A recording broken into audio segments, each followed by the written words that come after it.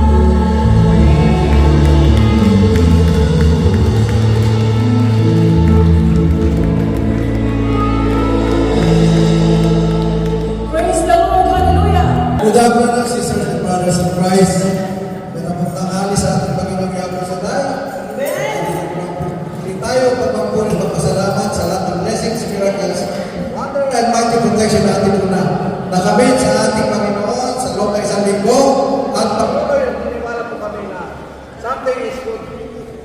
Something is good going to happen. Amen? Especially for our coming anniversary. Are you ready? For the coming anniversary, we are continuing our praying and fasting for our coming anniversary. Amen? Amen? Amen. Pray na Diyos. Don't forget, my brothers and sisters, to please invite our friends, our brothers and sisters, our enemies. Amen. Amen. At kailangan mapuno ang ating venue. Amen. Praise God. Hallelujah. And the second announcement, third announcement, activities at the center. Every Wednesday, Divinan and Word of God. And every Thursday, discipleship training. And Friday, workers for formation. And Amen. And April 30, April 30 and April 27. USA Canada formation by And Zoom. Zoom hosting. The Zoom is in Ottawa and Montreal. So please let us support and pray for the success. for the success. Amen. Amen? And bago ang lahat, brother, Yes, sister. tignan po natin ang ating mga tabi kung meron po tayo ng bagong kaluluwa na pinadala ng ating Panginoon. Amen? Amen. Tingin, tingin, tingin. Galaw, galaw, galaw. Amen. Isa pong malakas na pagpapalala sa ating Panginoon. Amen. Praise God. Hallelujah. Okay. And dahil wala tayong mga bago mga brother, siguro naman meron tayong Pinagpala. Amen. Mga sisters and brothers. Brothers,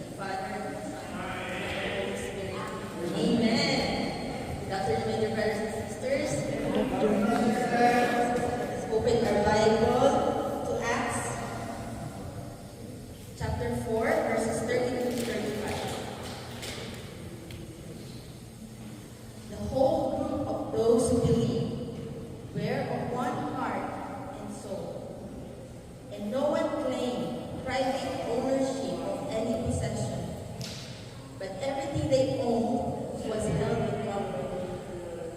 With great power, the apostles gave their testimony to the resurrection of the Lord Jesus, and great grace was upon them all. There was not a needy person among them, for as many as owned lands or houses sold them, and brought the proceeds of what was sold. They laid it at the apostles' feet, and it was distributed to each as any had need. The word of the Lord. Thanks be to God. Amen. Take our seats.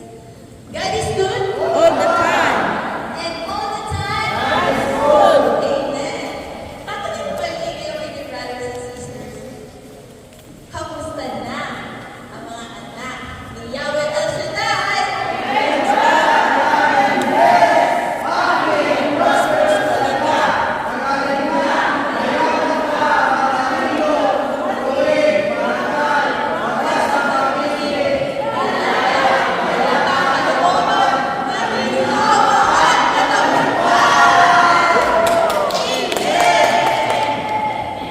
Ito pa, my dear brothers and sisters. Gusto ko lakasan niyo yung inyong mga sagot, ha? 1 plus 1 equals?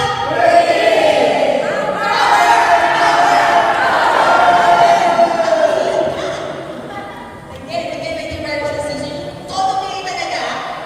Happy Easter pala sa ating lahat. Happy Easter. Okay, 1, 2, 3. 1 plus 1 equals?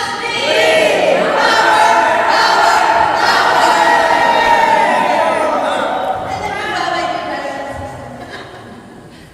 Isang wala. Di ba naman kasi wala? Alam niyo ba, pagpunta ko dito, hingal na hingal ako. Kasi this week, nagkaroon ako ng allergy na laging tumulo ng tuhod ko totobigay talaga. So, ngayon, dry na dry ang aking lungs. Hindi ko alam na makakapagsalita ako sa inyo kasi ang hirap magsalita kanina ng umaga. But thanks be to God, amen? Napakabait na naman ang Panginoon. Amen. Amen. Ano naman kayo mabait ang Diyos?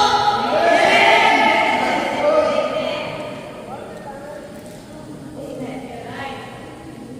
So, my dear brothers and sisters, sa first reading, ano ba ang first reading na binasa natin? Di ba sinabi dito yung mga early Christians, di ba? Di ba? The early Christians gathered together. They are united as with one land and one spirit. Amen. One heart and spirit. Amen? Natatandaan mo ba ang Tong ni Brother Bernie Lice? Di ba napakaganda, my dear brothers and sisters? Glory to God. Amen. Ang sabi niya doon, napaisip na ako doon, sabi, ako na daw nakakita kay Lord na nagdasal na nung nabuhay siya magbili ay ang mga babae. Wow! Wala babae ko. Diba? Amen. So, alam mo ba, my dear brothers and sisters? Diba?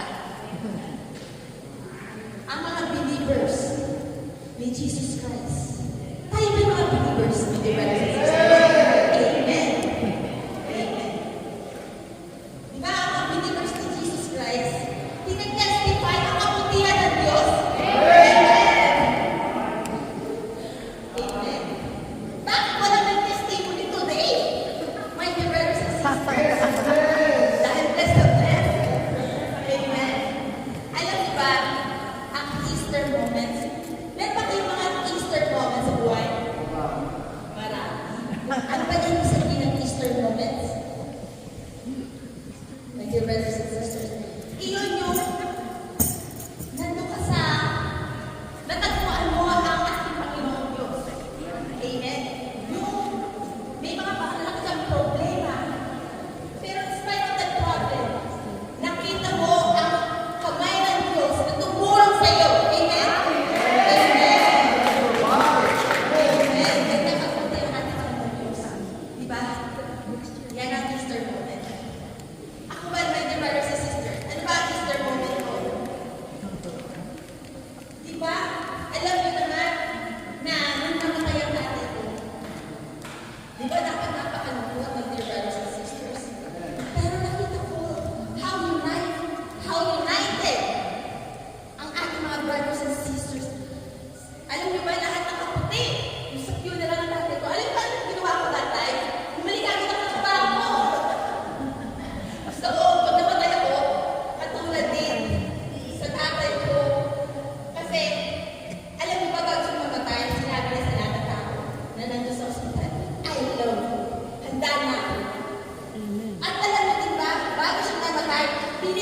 siya ng pari, binigyan siya ng apostolic blessing.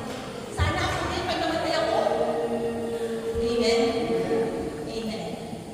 Alam naman natin na pag namatay tayo, that is only just the beginning. Diba? There's eternal life. Diba? Sinawag kasi Jesus Christ, my dear brothers and sisters, sinagip na tayo sa kasalanan at sa kamatayan. Amen. Kaya napaka-importante, my dear brothers and sisters, na meron tayong unity. Amen. Paano na ba ang unity na to? Paano ba natin gawin itong unity na to? Diba, my dear brothers and sisters, every Sunday, nandun tayo sa simbahan. Nasasaksihan namin ang the breaking of the bread. Diba? Yun ang ginawa ni Jesus Christ ng Last Supper. Amen? Hinayaan niya na mag-broken siya into pieces para sa ipin niya tayo lahat. Amen? At nire-receive natin ang Holy Eucharist. Diba? Nakaka-nourish ko na ating spiritual health. Amen? Amen? Amen ba? Amen natin na. Amen. So, my dear brothers and sisters, ngayon na, na-resurrected na tayo. Ngayon na, ano dapat ko sabihin? Ha? Ano ulit? Pinili. Ngayon na nasaksihan natin na ang Diyos ay buhay! Buhay! Buhay! Ano dapat natin gawin? Magsaya. Amen. There's a joy in our hearts. Amen. Amen. At syempre, my dear brothers and sisters, kapag masaya ka, damang-dama mo ang pagmamahal ng Diyos sa iyong buhay. Di ba? Ano kasunod ito? Mag-serve kay Lord. Amen? Amen. Kaya nga nandito tayo sa gawain ni Yahweh El Shaddai. Amen. Diba? United tayo, lalo-lalo na sana sa ating anniversary, maging united tayo as one. Diba? Amen, my brothers and sisters. Ingat. Akala ko nga kanina baka mamaya maano ako dito eh. Sa kaba eh, no? Amen. So ano dapat natin gawin? Ano dapat matutunan natin dito, my dear brothers and sisters? Kaya ba? Amen? Amen. So, ang una natin dapat malaman ay, yun nga, maging involved tayo sa community. Amen?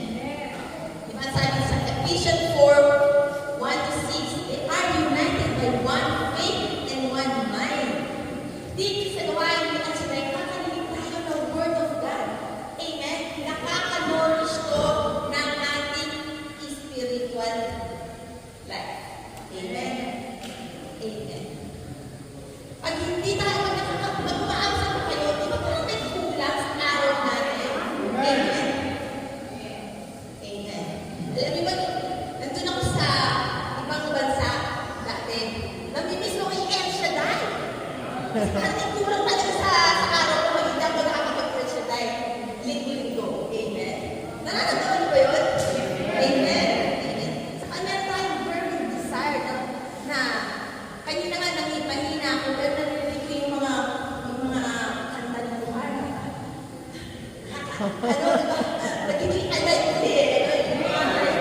Yung tungkol sa kalamnan eh. Nabubuhay. Amen. Thank you, sister. So, di ba, my dear brothers and sisters, faith comes from hearing and hearing the Word of God. Amen. Every time na nakikinig tayo sa Word of God, nanonourish natin ito at tayo, ang faith natin ay lumalago. At kapag lumalago, amen, yun natin ang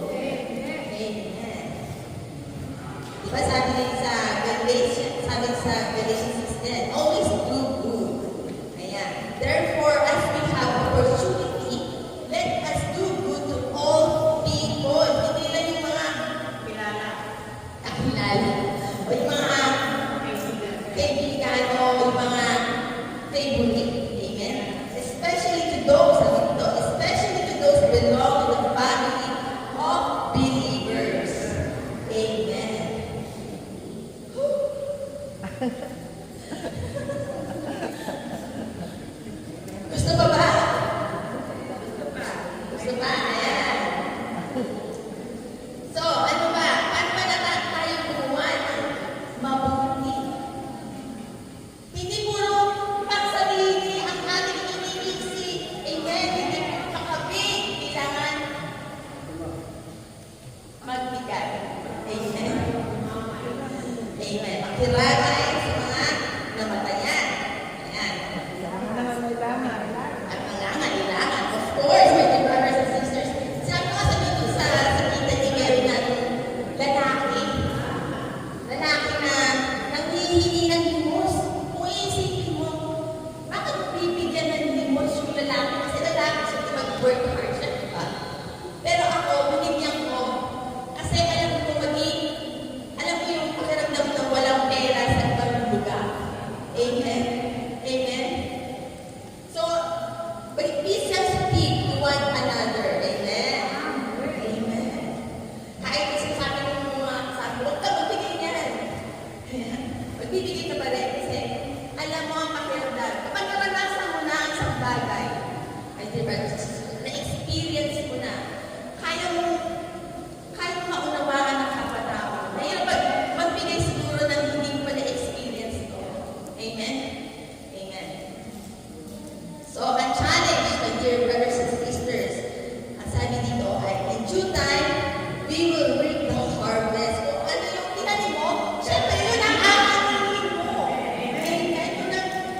Kung nagtanim ka na sama ng loob, syempre, ang aanihin mo yan, tatandaan. Kasi ikaw ang nagdadala. Amen? Amen. So, okay. Okay na ba kayo, brothers and sisters? Let us read out. The first one is be involved. Amen. Pangalawa ay encourage one another by sharing. At ang pangatlo ay always do good. Amen. So, ito ang tanong sa inyo, brothers and sisters. Ano ang Easter bonus ninyo? Kailangan next week may mag-testify dito. Amen? Okay, dear brothers and sisters, let us pray. In the name of the Father, of the Son, and of the Holy Spirit. Yahweh, siya tayo, maraming salamat sa message po. I pray, Lord, na bless you po ang lahat na nandito po at ang kanilang mga pamilya po, Lord. At ang mga panalangin namin, pinadasal po namin po sa inyo, Lord. Thank you. Unite us, Lord, as one heart, one body, one spirit. We ask all this in the mighty name of Jesus. Amen.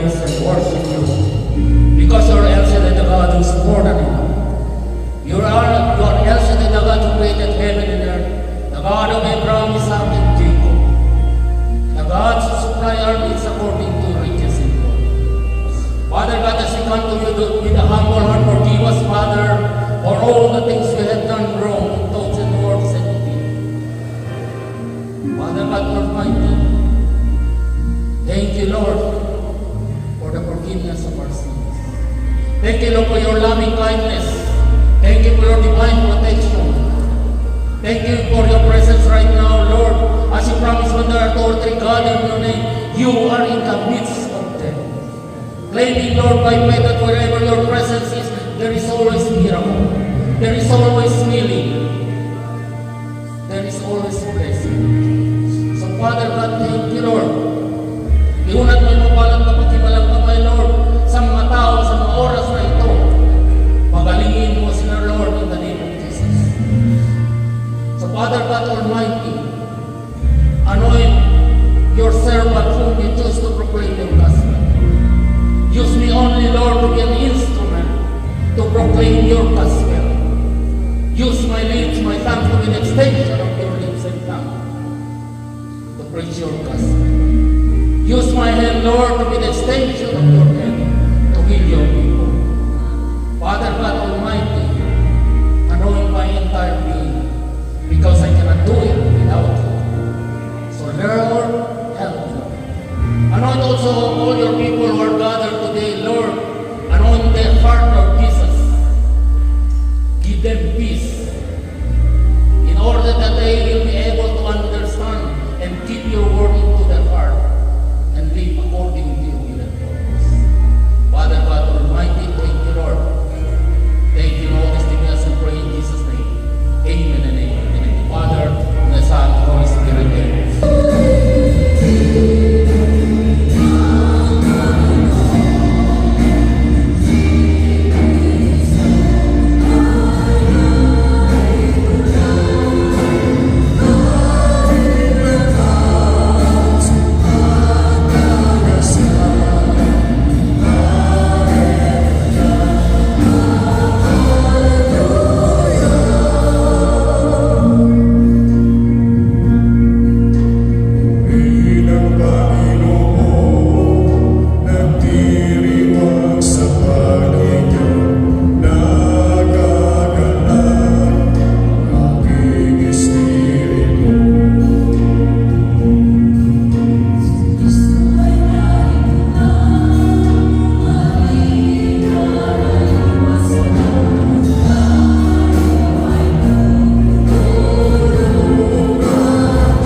Sisters in Christ, please open your Bible in the Gospel of John, chapter 20, verse 19 to 31. Are you with me, my brothers and sisters in Christ? It was late that Sunday evening, and the disciples were gathered together behind locked doors, because they were afraid of the Jewish authorities. Then Jesus came and stood among them. "Peace be with you," he said. After saying this, he showed them his hands and his side. The disciples were filled with joy at seeing the Lord. Jesus said to them again, "Peace be with you. As the Father sent me, so I send you." Then he breathed on them and said, "Receive the Holy Spirit. If you forgive people's sins, they are forgiven. If you do not forgive them, they are not forgiven." One of the 12 disciples, Thomas, called the twin, was not with them when Jesus came. So the other disciples told him, "We have seen the Lord."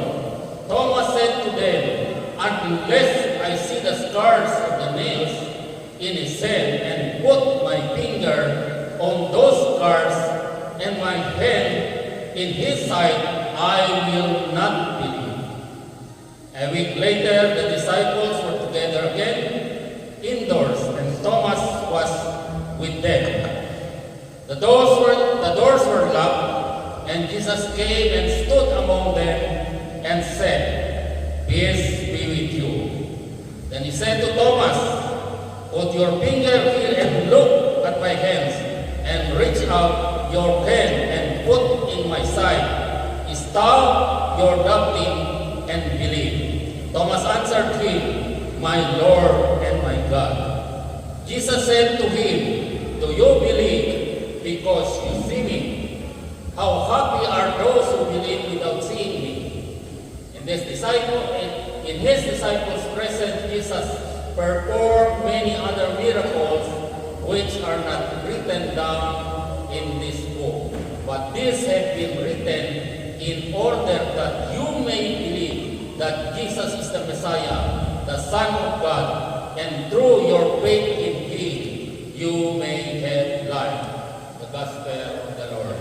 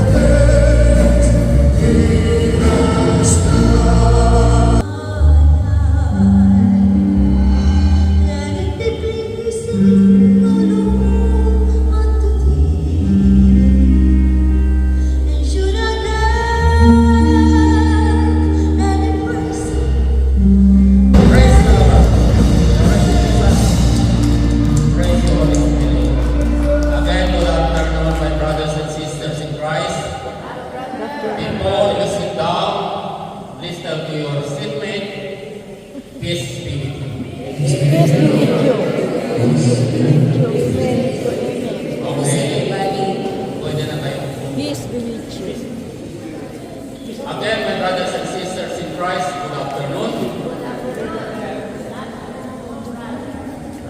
Our topic for this very afternoon is about the appearance of Jesus Christ to His disciples.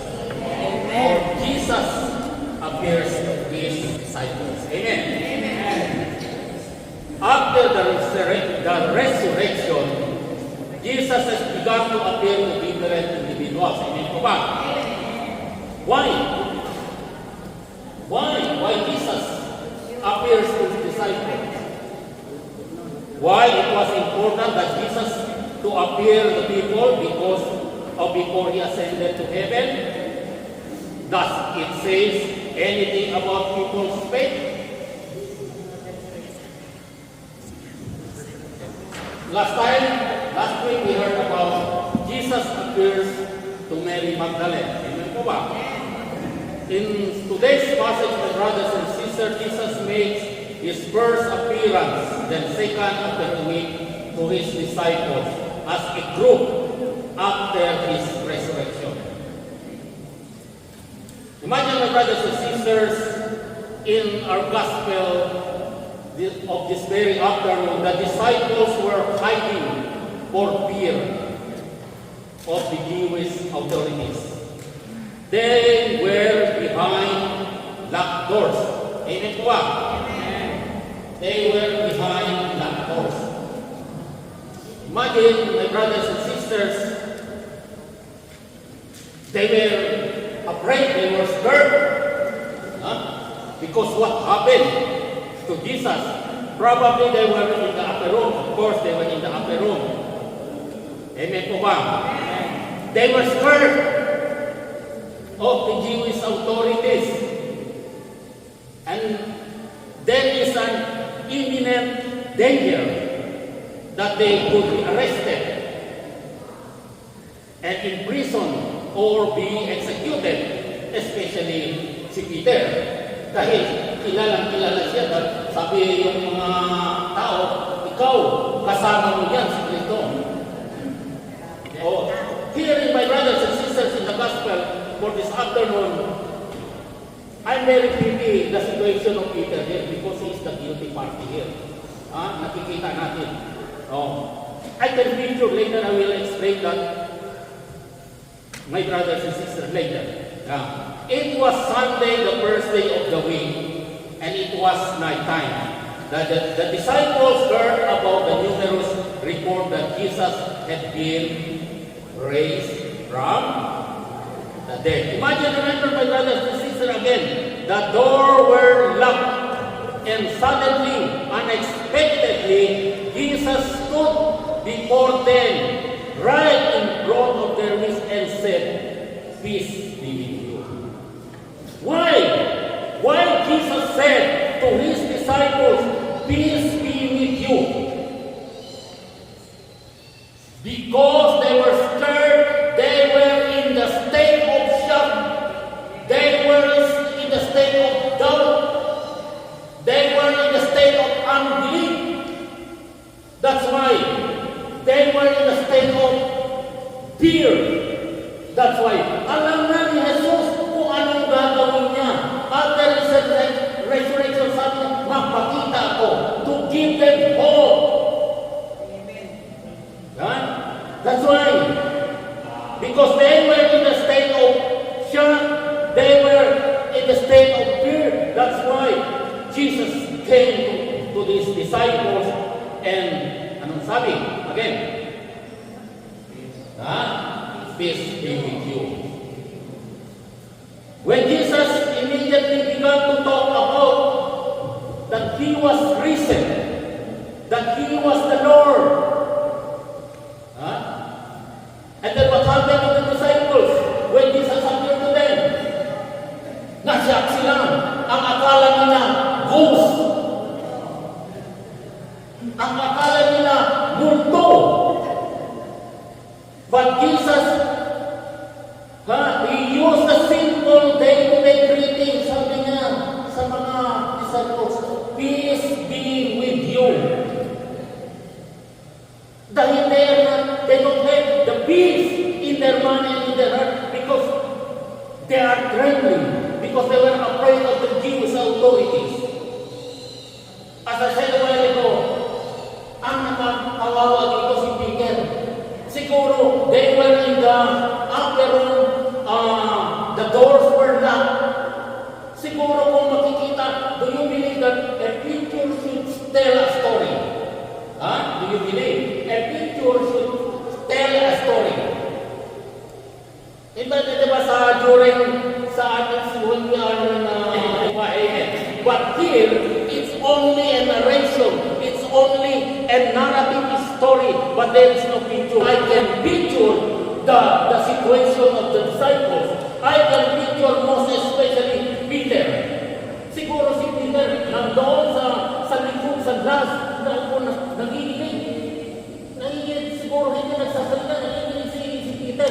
Because natatakot siya, ang sabi ko kanina, dahil kilala siya, nakasama niya si Jesus. Ikalawa, bakit takot na takot si Peter? Dahil he was, dininay niya si Jesus por eso siyak na siyak sila dito. Por eso si Peter, hindi alam ni Peter kung anong gagawin dahil takot siya. Baka mapagalitan siya ni Lord Jesus. Pero ang sabi ni Lord Jesus, "Peace be with you." Nagpakita siya, my brothers and sisters, to the disciples that because I said they were in the state of shock. That's why Jesus is giving them peace be with you. Katulad din sa atin sa mga oras na ito. Kung kayo man ay nanggagaling sa bahay, may problema sa utang, may problema man sa pamilya sa Pilipinas o kung saan man. My brothers and sisters, the Lord Jesus is telling you, peace be with you. Peace be with you, my brothers and sisters. Peace, my brothers and sisters, in GBC. Shalom. Shalom. Peace. That's why he said, magpakita ako doon sa mga disciples to give them peace, to let them feel. Kasi they were in a state of shock, my brothers and sisters. Praise the Lord. Praise Jesus. Praise the Holy Spirit. But the moment when they see the Lord, and then he said, what the Bible says in our gospel, the disciples were overjoyed Because they see the Lord, they see that He rise from the dead, that He is truly risen, and He appeared to them as in person. Buhay na buhay.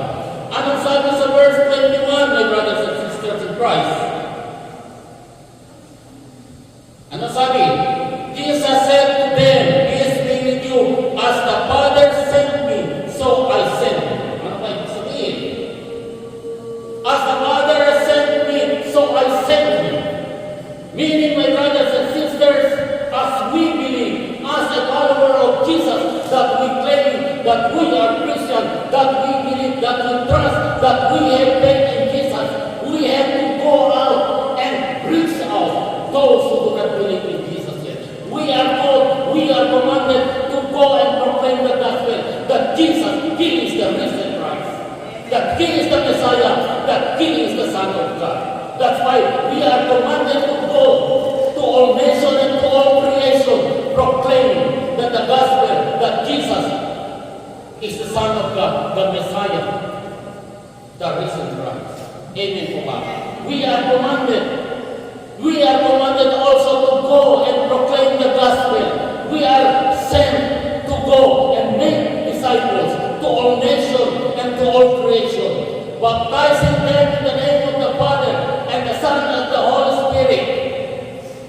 But, my brothers and sisters, the sermon, the proclamation of gospel must be based on repentance for the forgiveness of sins, for the salvation of mankind. In verse 22, then He breathed on them and said, "Receive the Holy Spirit. If you forgive people's sins, they are forgiven.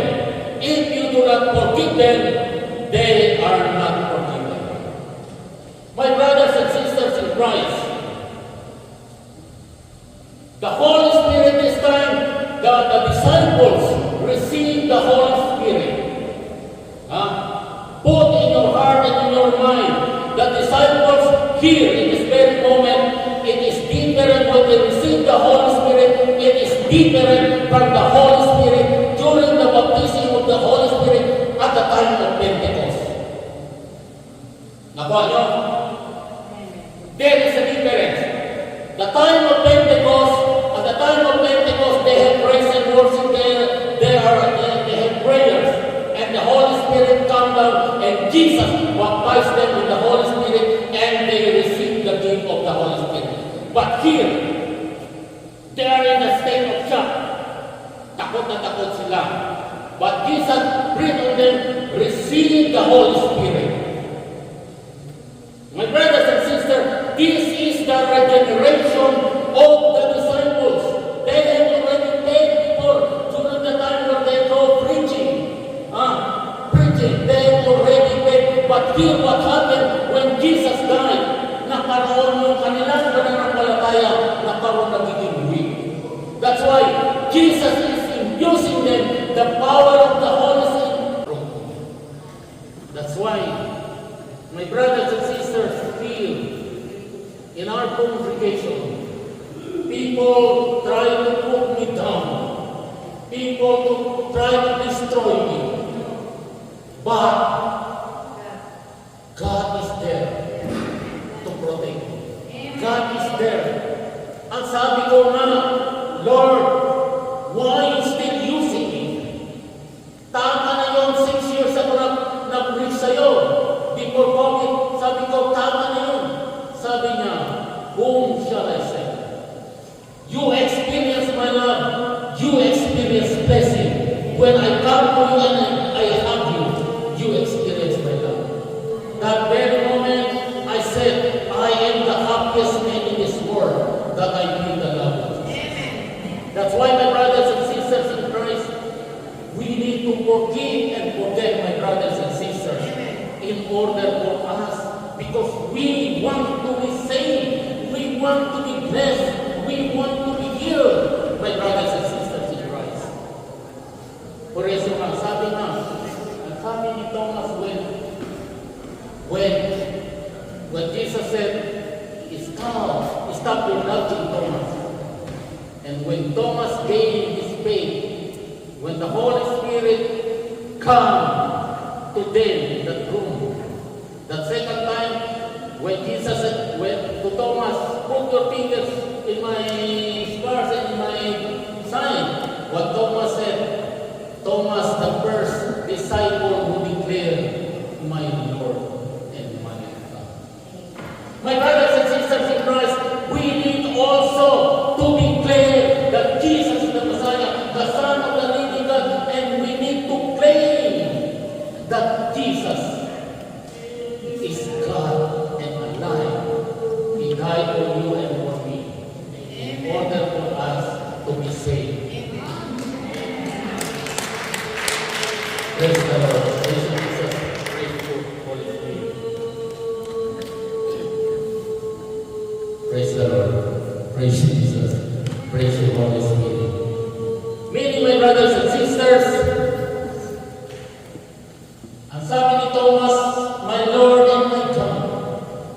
This is also the faith of Thomas when he came with the Holy Spirit come upon him and come upon to his disciples. This said also that we need to declare in this congregation that Jesus is our Lord and our God. We need to be like Thomas. Yung dati, yung kung ni Thomas, yung pananampalataya niya is parang medyo uminang, but this when he saw the Lord, parang sumiklam, my Lord and my God. The same thing for us, my brothers and sisters in Christ. We need to declare that Jesus is the Lord and my God. Praise the Lord. Praise Jesus. Praise the Lord. My brothers and sisters in Christ, therefore, the proof of Christ's dying means that believers, we must act towards Christ exactly the same manner as they act towards God the Father. My brothers and sisters in Christ, as I said a while ago, we must believe and we must proclaim that wherever we send, that we will be sent to other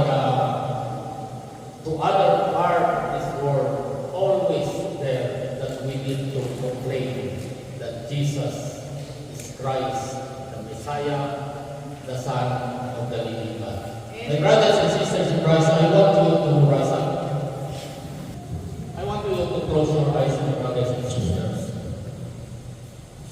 Father God in heaven, Yahweh El Shaddai, we are here with my brothers and sisters, claiming by faith, Lord, that you are the risen Christ, you are the Son of God, you are the Messiah, you are the Lord, and you are our God.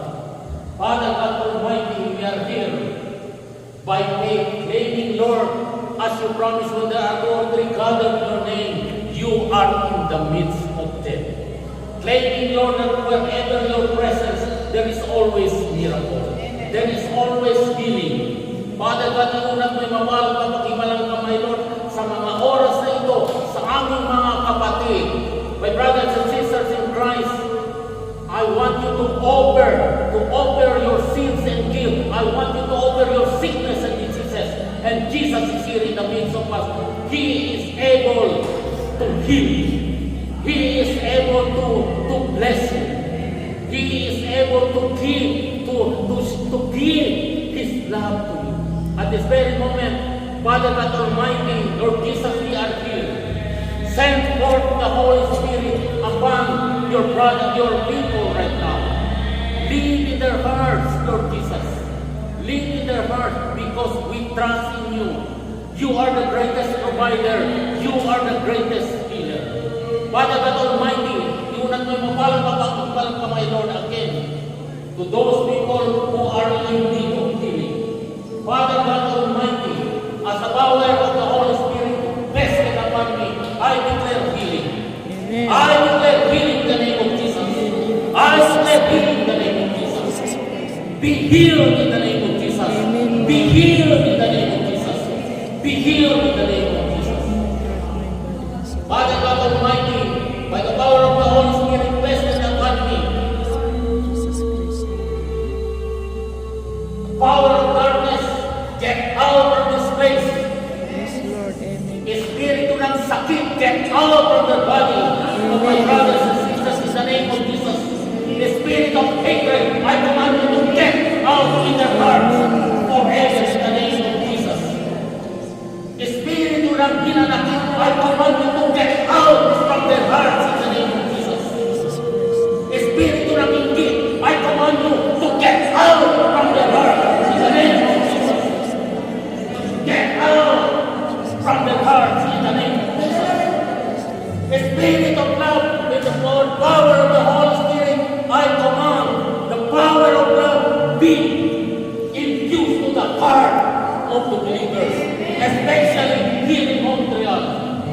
The spirit of unity come to our hearts. The spirit of peace come into our hearts.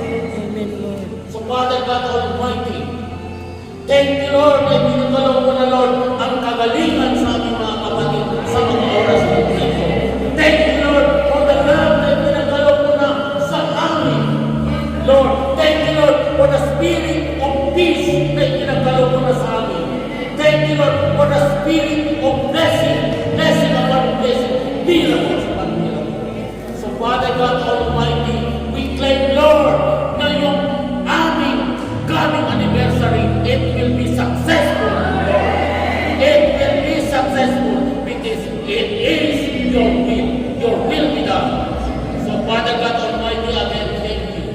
Thank you Lord for the healing. Thank you for the Father God Almighty, we are here with my brothers and sisters in Christ.